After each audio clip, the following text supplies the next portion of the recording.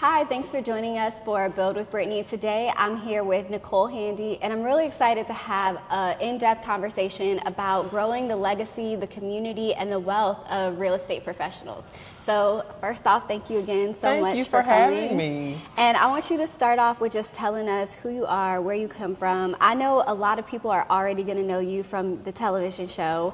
So I want to just dive into the things that people might not know and how you got to the point you're at now. Okay, no, absolutely. So my name is Nicole Handy, of course, but I'm a native Houstonian. And that's crazy because I think that's rare nowadays. Like when I meet people, especially new people here in Houston, I don't expect them to, I don't assume that they're Houstonians so many anymore. transplants. Yeah. I'm a transplant. Exactly, right? Houston has definitely become a transplant city. But I am a native Houstonian, born and raised in Houston, Texas. I'm the co-owner of Braden Real Estate Group, so I proudly say that we are a women-owned, black-owned business, right? Myself and my partner, first cousins, so we're family-owned and operated as well, right? Yeah, we're first cousins. We started Braden Real Estate Group in 2000. Well, we're actually 2019, right? Okay, so 2019 transitioning into 2020. 5-6 years in. 5-6 years in, yeah. Before that, I was in corporate America.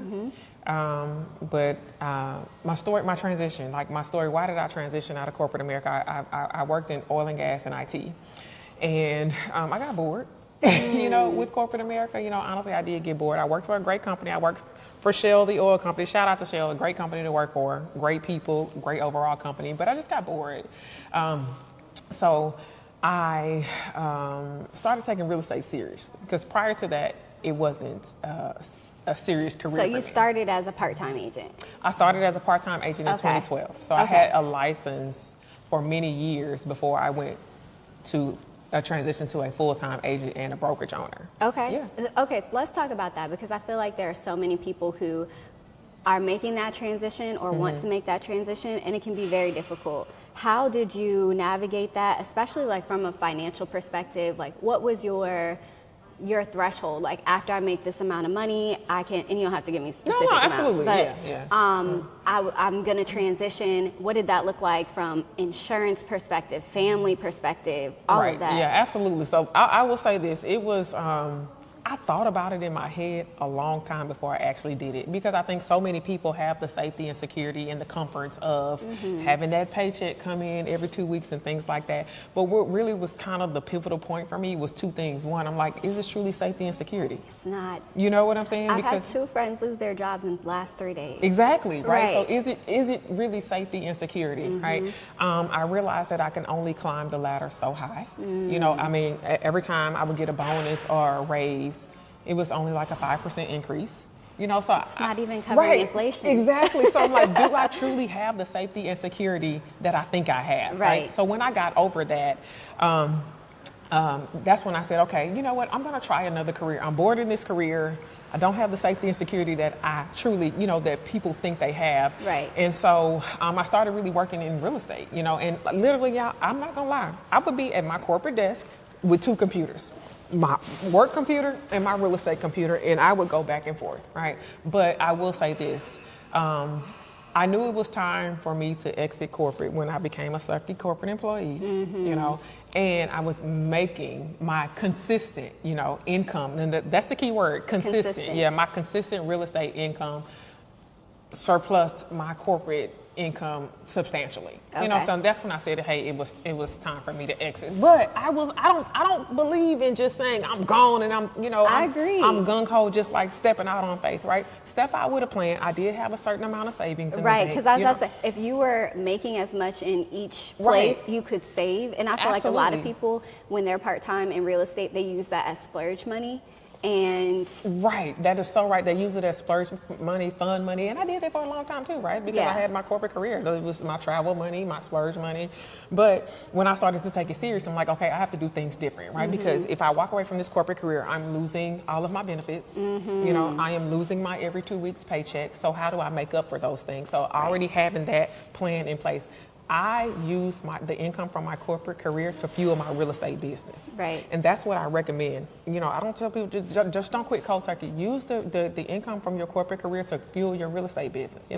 Money, it was times I wasn't making money in real estate, you know, building out all these systems, building out all these processes, getting this software, you know, building my back end. We're gonna talk about that. Yeah, that came from that was fueled Yes. by my corporate, you know, that was funded by my corporate career.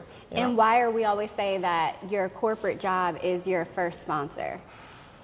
Because that's what you have to use it as. And actually learn from it. You know, I am Yes. so grateful for my corporate career because it taught me everything, you know, all the fundamentals of professionalism, you know, Structure, running a standard man. you know, operating procedures and processes, setting up SOPs, having a process, a written out, defined process for Yes. everything. You know, so I wouldn't have any of those things without my corporate career. Yes. You know, so I'm very grateful for I it. love that. It's fueled me in so many ways. And I'm so glad that's your position because, well, I come from only ever being an entrepreneur. Wow. And so I can't tell people, I can't give the same perspective, Yeah. but I completely agree with your perspective. Like if you have the opportunity to make good money somewhere, go make your money Yeah. and use that to fuel your business. So on that note, we're talking about building out those systems and those processes. And a lot of people don't realize that that's a significant investment. Absolutely.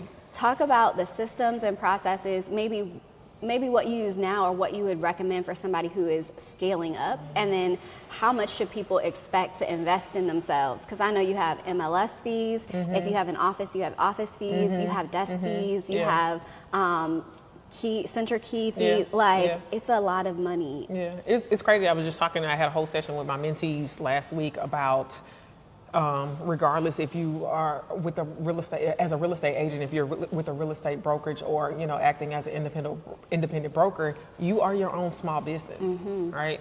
And you really need to go get an MBA and running your own small business as yourself, right? Yes. Looking at, you know, regardless of what it is, everything has to be documented. And I get that from corporate, right? But if you have everything documented, then it's easy to pass it on, right? It's hard to scale when it's all up here. You know, it's hard to train somebody when it's all up here, right? It's hard to have somebody take something and expect people to just take things and run with it if it's all up here, right? So every single, I don't care what, onboarding a new agent, onboarding a new client. Yep. I mean, even I was looking at my listing process. I'm like, I think this is too long. You know, this is too detailed. But I mean, the more detailed, the better, right? Because now I can take my listing process and give it to my assistant, give it to somebody and say, hey, follow this to the T, and everything will be executed and done flawlessly, right? And that's how you expand your bandwidth. That's how you expand your bandwidth. That's how you scale. So I am a big proponent of having a process and a defined system and process for everything, having everything documented. When it goes back to being a business, knowing your numbers. You know, people run themselves out of business because they essentially don't know their numbers. Knowing your numbers will help you make you know, the right decisions in your business, right? Yes. But I mean, just even from a real estate agent perspective, what does client acquisition cost me? What's my average sales price? You know, if I always tell them work backwards. How much money you want to make? Yeah. I'll tell them how much money you want to make. Okay, you know how much money you want to make? What's your average sales price? Knowing your numbers in terms of not just finances, but your conversion rates. Yes. You know, and then you can work yourself backwards and say, okay. How many conversations do you even need to have? How many conversations? To get an appointment. Exactly. To get a listing. Exactly. Or to get a buyer. And so many people say in real estate, so many people work themselves out of real estate because they say it's not consistent income, but that's because they're not running it like a business. If you run it like a business, know your numbers, set goals and targets based on what you're looking to achieve, you can have it's very much so have predictable income, you know, and consistent and predictable income. Yeah. Okay, so for the actionable items that you would give, like top 3 things in terms of knowing your numbers, what are the top 3 numbers that you would say an agent needs to know, and why are they the most important? So for your conversion rate, right? Because that will tell you from a scale what does your activity need to look like? Like you just said, how many appointments do I need to go on, right? And based on those appointments, if my conversion rate is XYZ, I know then I need to have this many amount of appointments because I'm going to convert this many based on my average conversion rate. And if I convert this many, this is what it will equate to. Right. You know, so. Are you all using spreadsheets? Are you using CSU? Are you using a CRM to You track know, that? we used to use CSU. I used to use Sisu. I've kind of gotten away from Sisu. And for those that don't know what Sisu is, it's basically just a lead tracker. Yep. Your lead and conversion tracker tool that you can use to kind of track the numbers that we're talking about. I don't use Sisu anymore. Actually, my assistant, her responsibility is so right now, honestly, yeah, I have a spreadsheet. I particularly use a spreadsheet from a real estate agent perspective, and I've built out my corporate background is engineering and IT, right? So my brain works a little different in terms of certain things, right? So I built out what we need to say, hey, we're going to track all these key performance indicators, right? KPIs, right? So we have all our KPIs, and it is her goal on a daily basis to look at that, pull those numbers down, not a daily basis, a weekly basis to pull those numbers down. We review them, see where we are, where we're missing targets. I know we have to hit it harder. If we're missing a target that week or the focus for that month is all hell on the target that we're based on the data, it's not going to make. I love that.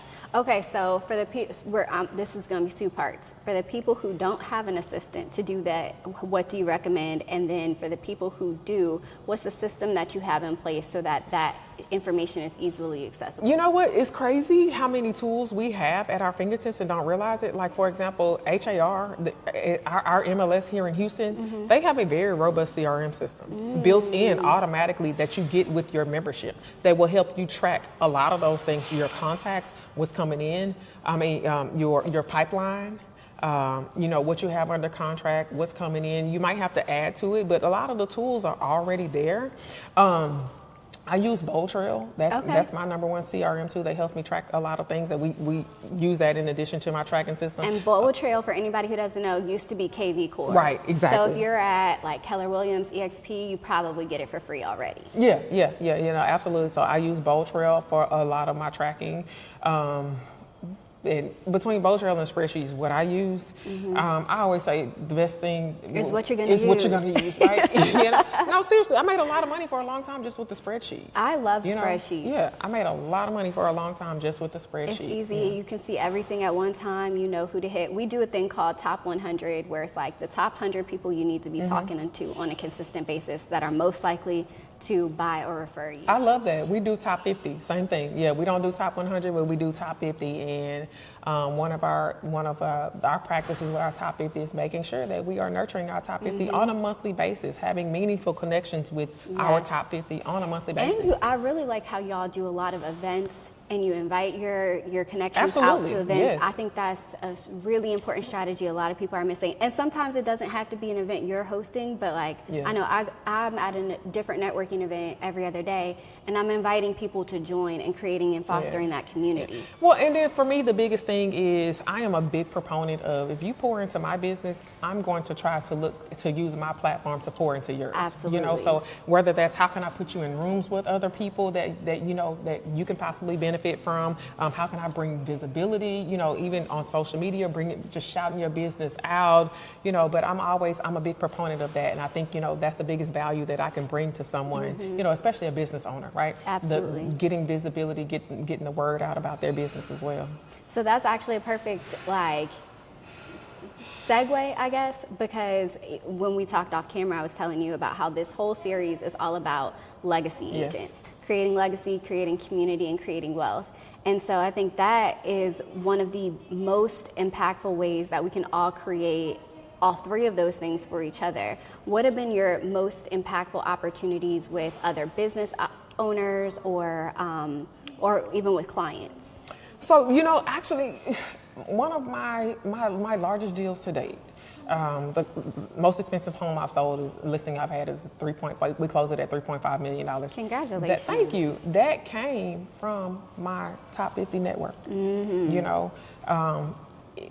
It was a wealth advisor, and that was his client as well, and they were looking for a real estate agent to sell their property. So I mean, a lot of times, and even I'm a little guilty of this. Somebody had to sit me down, honey, and when I say sit me down and get me all the way together, seriously, and I tell the story all the time because it's so true. Hi, I'm Nicole Handy, and I am so excited to invite you to I Am Her. I Am Her is an intimate dinner experience that I've created to foster relationships amongst women who want to grow and elevate in business, entrepreneurship, life, and wellness.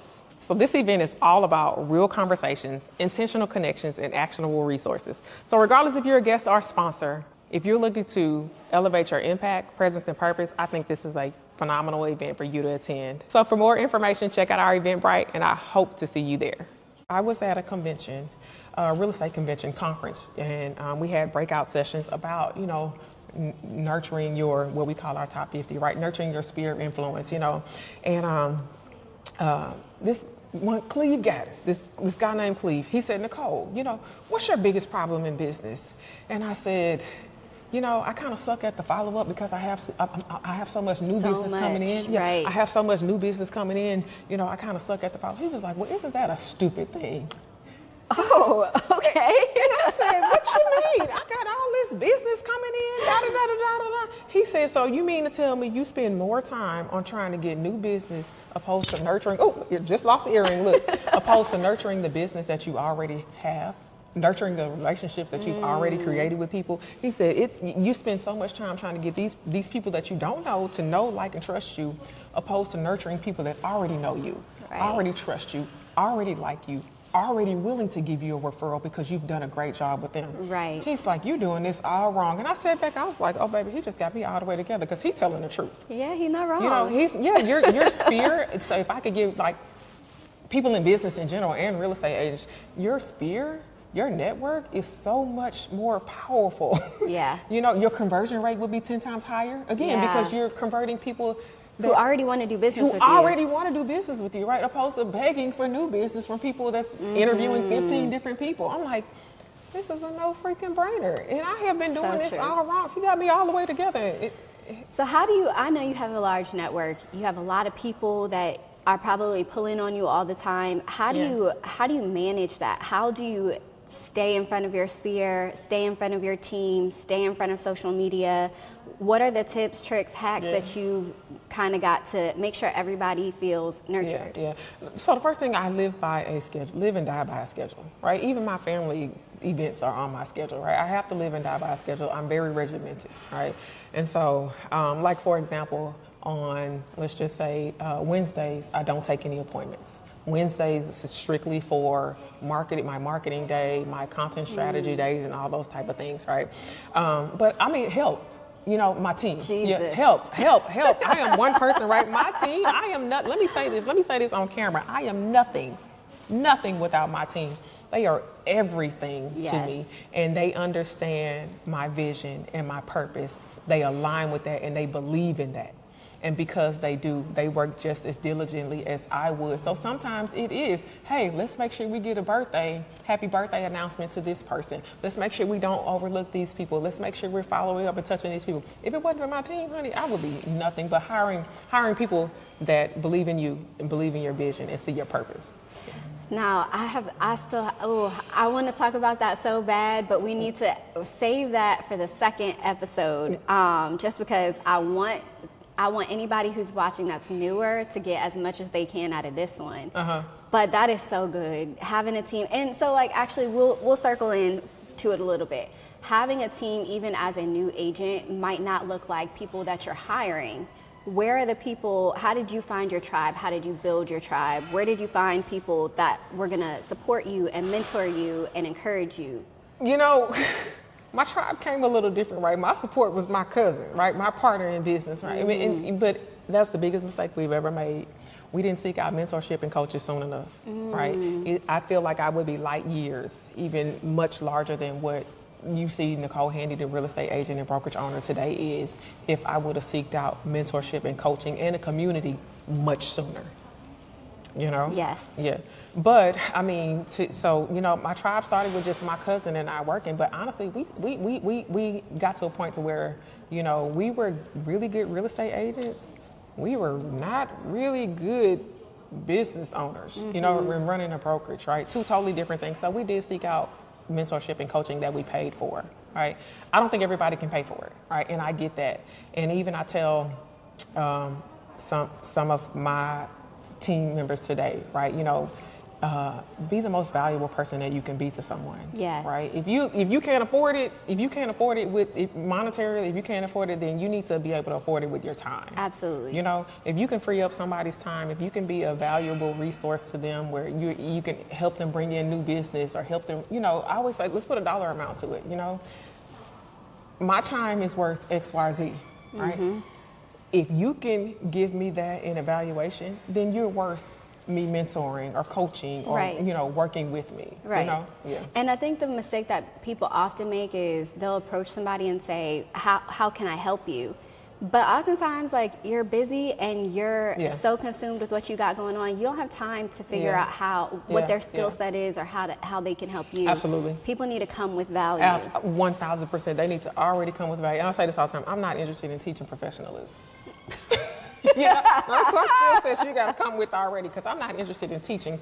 It's certain things I'm not interested in teaching, right? Real estate, yes, you know, but professionalism, now it's some skill sets you can get from somewhere else that I'm not interested in teaching, right? You know, but even I want to talk about too, you know, you kind of go back to your team. You know, I think even a new agent should start off with a team. Absolutely. Right? And I think the way they think that, oh, I don't have the money for a team. You know, we are a commission-based business. Right. You can incentivize people to get paid when you get paid. Exactly. You know, and look for those. Even down to your transaction agent. Transaction coordinator, hands down. I will get rid of everybody on my team except that person. She makes my world go around. I can tell you right now, my phone is just sitting under my leg. It has been buzzing. I'm sure that's her working my deals. Right. You know, but yeah, I pay her. To this day, I still pay her once we close. Right. You know, she's incentivized to get me to the closing table. You know, so I want to, you know, kind of just implore new agents to not feel like that you can't create a team. Now look at the roles and responsibilities. You might be some of the, you know, you may be a couple of the roles and responsibilities on the team, right? But still, you know, having at least those key functions that keep you what we call the money making activities. Mm-hmm. You know, and the things that you can't delegate to somebody else, right? And I love this conversation, and I especially love the emphasis on team and community, because there's community everywhere. There are so many, especially in Houston, there is something to go to every single day. And in the world we live in with YouTube, Instagram, social media, you can learn whatever it is you're looking to learn. So there's really never an excuse. It's oftentimes people not willing to put themselves out there or be uncomfortable. How do you overcome being uncomfortable? You know what? I have to have a pep talk with myself every single day. Listen, every time I get out the car. Every single day I go, all right, okay, let's just do this. I got to walk in here. You got it. You know, you got this. I literally have to pep talk myself every day. But for me, it is, it's my job. Mm-hmm. You know, showing up is a part of my marketing strategy. Yes. I am my number one brand. You know, I'm a brand advocate, right?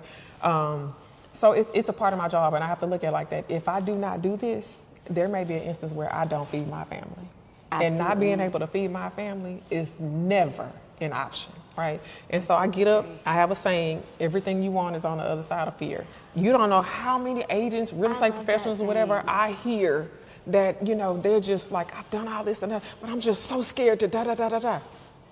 Okay, I'm just like, okay, well, you're scared to make money. They've done all the things except the thing that's going to make them the money because they're scared of it. Yeah. So for me, it's a part of my job, you know, and I continue to tell myself that every day. If I don't get up and go to work, I won't get paid. And if I don't get paid, my family doesn't eat. Absolutely. Yeah. Okay, so that gives us an opportunity to segue into legacy, the legacy of your family and the legacy that you're creating for the next generation. So for anybody who doesn't know your background and your story, can you tell us just a little bit about like the brand of your family? Absolutely, yes. The Braden brand, right? We call it the Braden brand, right? But so the name of my company is Braden Real Estate Group, and that's actually my maiden name, but that's our family. Braden is our family name. So many years ago, my grandparents came from Louisiana to Texas, still live in the same area that they, you know, lived in when they came here with maybe about 70 years ago now, 65. My oldest aunt is in her 60s, so I would probably say about 65 years ago, maybe. Yeah. Anyway, so they've always been entrepreneurs, right? They've always had I take that back. They have not always been entrepreneurs. They've always been, I've only seen them be entrepreneurs. But their story is, it stems from, they did work. You know, my grandmother was a bus driver. My grandfather worked in the electrical plant at the time, right? But the opportunities, again, were very limitlessly. They could be let go at any time. I remember my grandfather used to tell the story that black men wouldn't come driving better cars than the white men. Because if they showed up in their new car at work, they would be terminated the next day. You know? And we're not far from going back to that. Exactly. So. Right? Yeah, they would be fired the next day, Yeah. right? And so they would have their financial bearings just pulled up from under them, right? So experiences like that made them want to get into entrepreneurship. And so what they did is, honestly, they saved, and they saw buying land as opportunity to build wealth. Right. And so it's funny because my grandmother would say, as they would save their money and they would just like find lots in the area where they live, they would, if they saw a lot that they knew they couldn't afford right then and there, what they would go do is take the sign out of the yard so nobody knew it was for sale, right? But them, right? So nobody knew it was for sale. I'm not telling y'all to do that, but it well, seems like nowadays there's a lot of technology and things like that you can get around it, right? But back in the day, there was no internet, so the only way you knew a piece of property was for sale was the sign or the book, right? And so they would go take the sign out of the yard until they could afford that piece of property, and then they would call the owner and buy the property, say, hey, I want to buy the property because the owner's like, I'm not getting any calls on my property, what's going on, right?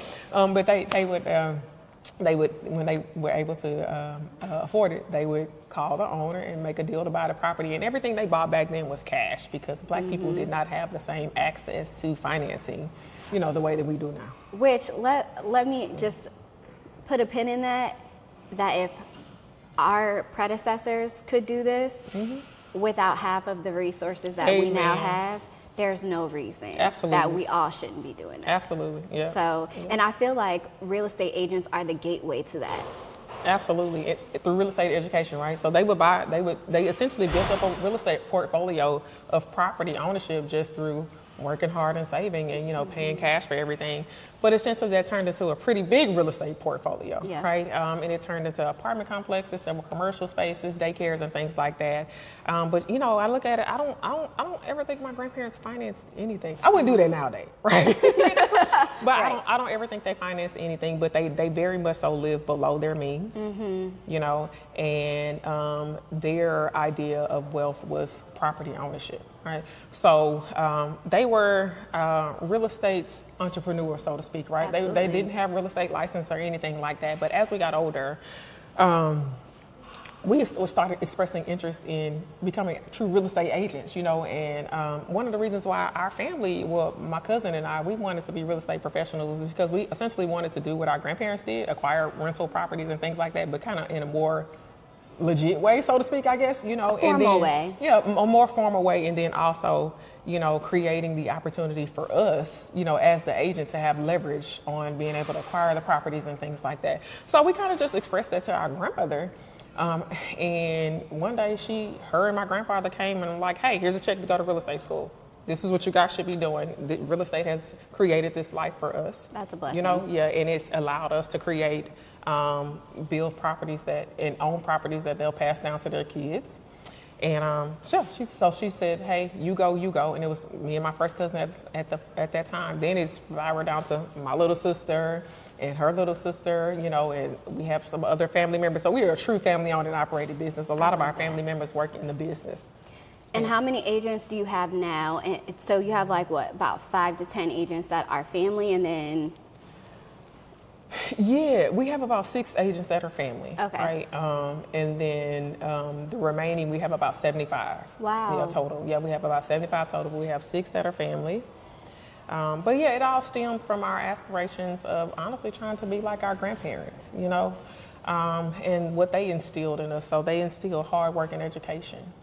And that's I think that's the piece that we miss out on the legacy aspect the most is the education. That's exactly what I wanted to ask you. You can give your heirs, you can give your children, you can give your grandchildren, you can gift them your business, you can gift them property, you can gift them land. If they don't know what to do with it, they'll just lose it. In less than a generation. In less than a generation. So one of the things I'm really passionate about is preserving Black wealth as it transfers hands. Amen. So trust, wills, understanding, legacy planning, estate planning. how are you, I think you have a really great opportunity to magnify the effect of what it is that your grandparents instilled in you through your agents. Yeah. So how do you all train your agents? What do you encourage for them? Are some of them investors? Are there hopes to be investors, developers? How are they disseminating information into the community? What does that look like? Yeah. So, you know, that for us, again, you know, a big piece of wealth building is education, right? So we're very, very, very gung-ho on educating our agents, you know, and then in employing them to pass on that education. So we live and die by our core values, and one of our core values, well, two of our core values, one is always learning, and the other one is always reach back and pull forward.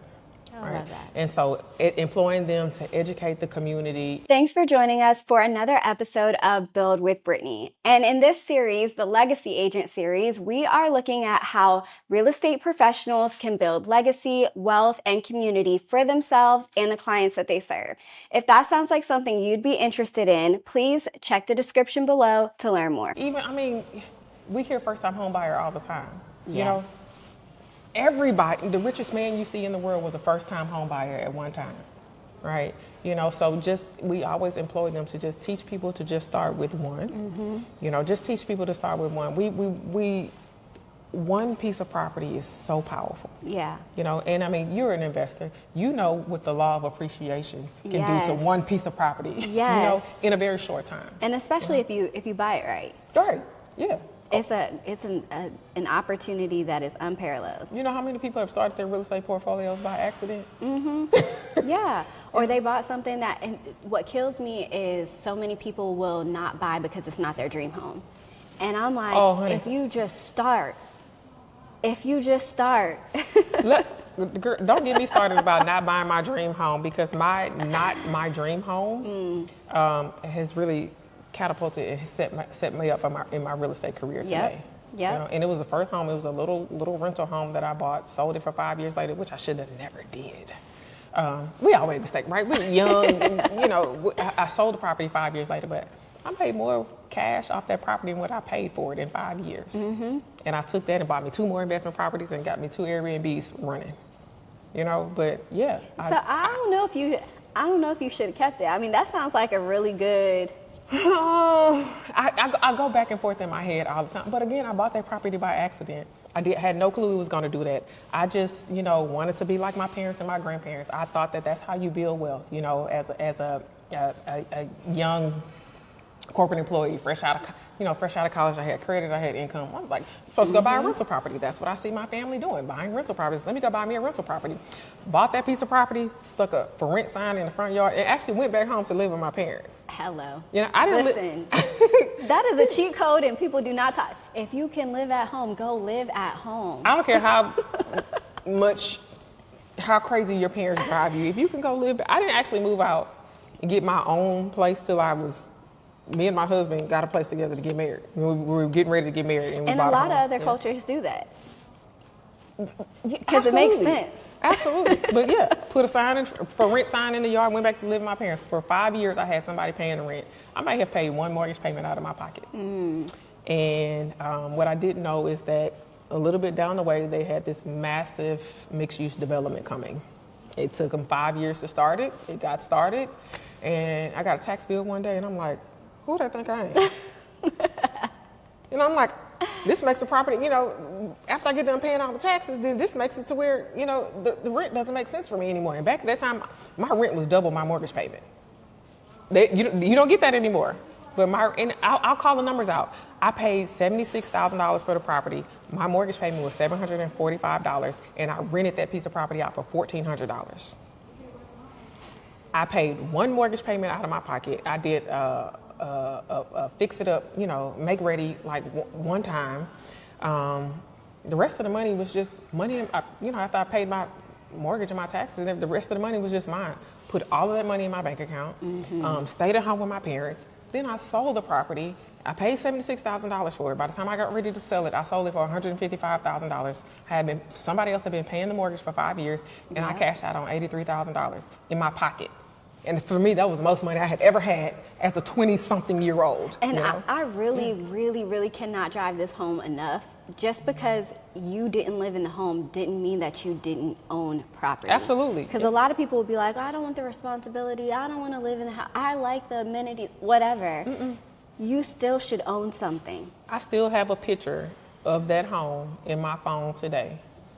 And I keep it as a reminder of what one piece of property did for me. You know, and how it truly changed my life and the dynamic of my real estate career.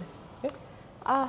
I love this conversation. I know we're going to do a part 2. Okay. But before we go, I want you to tell us any parting thoughts. Like, what are the most important things that you want to leave for agents coming behind you, and an invitation to your upcoming team? Okay. So my parting thought is, I've already said it, and I always end with this: everything you want is on the other side of fear. Fear holds you back from being great. Fear holds you back from reaching your highest potential. Get over it, right? Who cares what people think? Who cares what people say? Who cares how you think you look? Who cares if it's not perfect? Done is much better than perfect. Yeah. So get over it. Just start and be consistent with it, but just start. And the more you do it, the easier it'll get. Absolutely. You know? So just put yourself out there. It's okay. Just put yourself out there. Just try. You don't have to be the most knowledgeable. And understand that everybody starts as a beginner. Everybody starts as a beginner. You're not going to be good when you first start. And it's okay.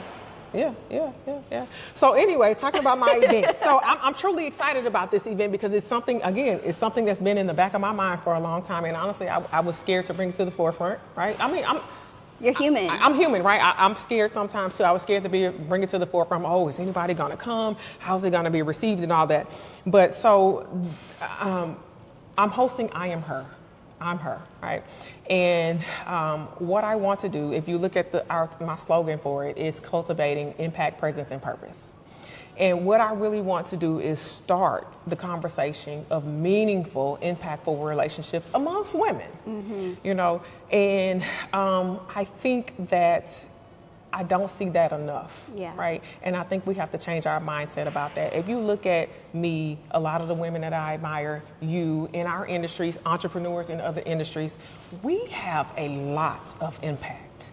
And our presence is very strong, right? So let's use that to build purposeful and meaningful connections. So it is an intimate, we like the fancy stuff sometimes, right? So but it's gonna be small, right? I really want it to be intimate because I really do want us to feel the impact and presence and be impactful to each other, right? I'm gonna have some very amazing speakers, you know. Which I've seen some of them, some of my favorite people in Houston. So I'm really excited about it. Yeah, I'm gonna have some very amazing speakers just kind of touch on all the ways that we can collectively, you know, impact one another, whether it's through finances, through wellness, through health, through sisterhood, through, you know, lives, right? In so many ways. Yeah, and a lot of us in a lot of aspects,